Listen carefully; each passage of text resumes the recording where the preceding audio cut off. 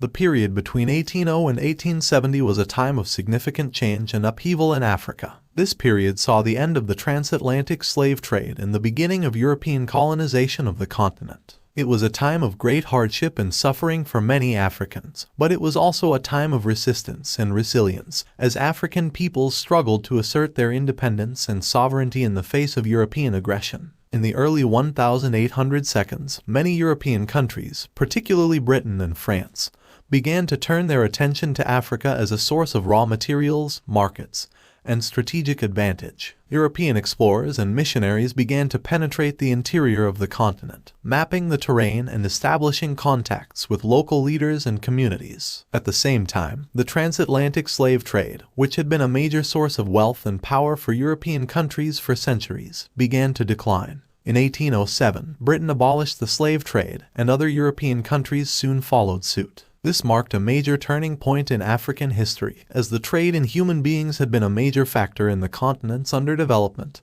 and exploitation. However, the end of the slave trade did not bring an end to European exploitation of Africa. Instead, European countries began to focus on other forms of exploitation, such as resource extraction and colonization. European powers established formal colonies in Africa, carving up the continent into spheres of influence and asserting control over African peoples and resources. Despite these challenges, many Africans resisted European colonization and exploitation. Some leaders, such as Ethiopia's Emperor Menelik II, were able to successfully resist European encroachment and maintain their independence. Others, such as the Zulu people of South Africa, engaged in fierce resistance to European colonization. Throughout the 1800s, African peoples also began to forge new identities and alliances as they sought to assert their independence and sovereignty in the face of European aggression. Pan-Africanism, a movement to promote solidarity and unity among African peoples, emerged during this time, as did other movements for independence and self-determination.